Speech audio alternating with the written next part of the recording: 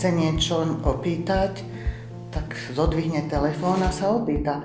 Ako keď chce ísť do obchodu, chce si kúpiť chlieb alebo chce si kúpiť mlieko, tak ide a zoberie si. Tak takisto by to malo byť nejaká vec, ktorá je proste bežná v tom živote. Keď zavolá babke, tak takisto môže zavolať aj rodinnému lekárovi.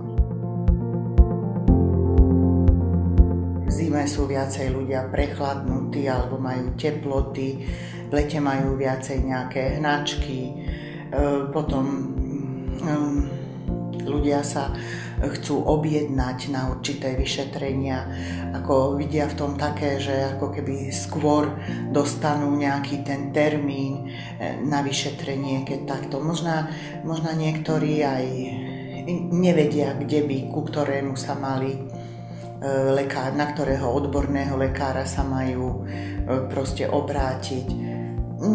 Naozaj sú rôzne. Nedá sa povedať, že ktorého je najviacej. Internet je tam veľmi veľa článkov.